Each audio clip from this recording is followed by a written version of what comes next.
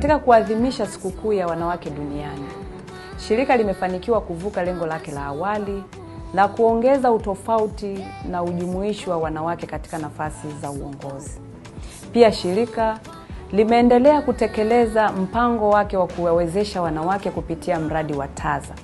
Na katika mpango huu, wanawake ambao ni wafanyakazi 34 wapo katika ufadhili wa stashahada ya udhamili katika Chuo Kikuu cha Dar es Salaam. Shirika limefanikiwa pia kutoa mafunzo ya muda mfupi ya uongozi kwa wafanyakazi wanawake 152 ambayo yamewasaidia kukuza uongozi wao ndani ya shirika. Niwatakie maadhimisho mema katika sikukuu hii kubwa ya wanawake duniani. Wanawake tunaweza. Hii siku ya wanawake duniani ni siku maalum hususan wa Tanzania, wanawake wenzangu TANESCO. Hii ni siku yetu kuu. Shirika letu linafanya jitihada sana katika kuhakikisha linatupa nafasi wanawake.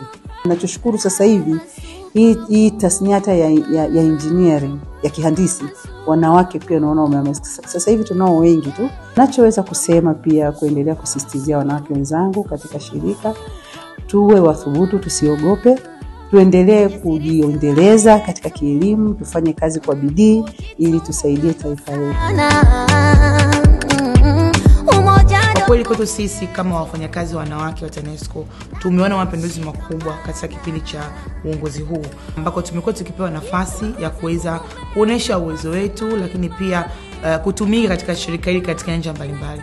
TANESCO yako makundi mbalimbali ya wafanyakazi wanawake katika fani mbalimbali, na katika fani zote hizo wanawake wamekuwa wakifanya vizuri.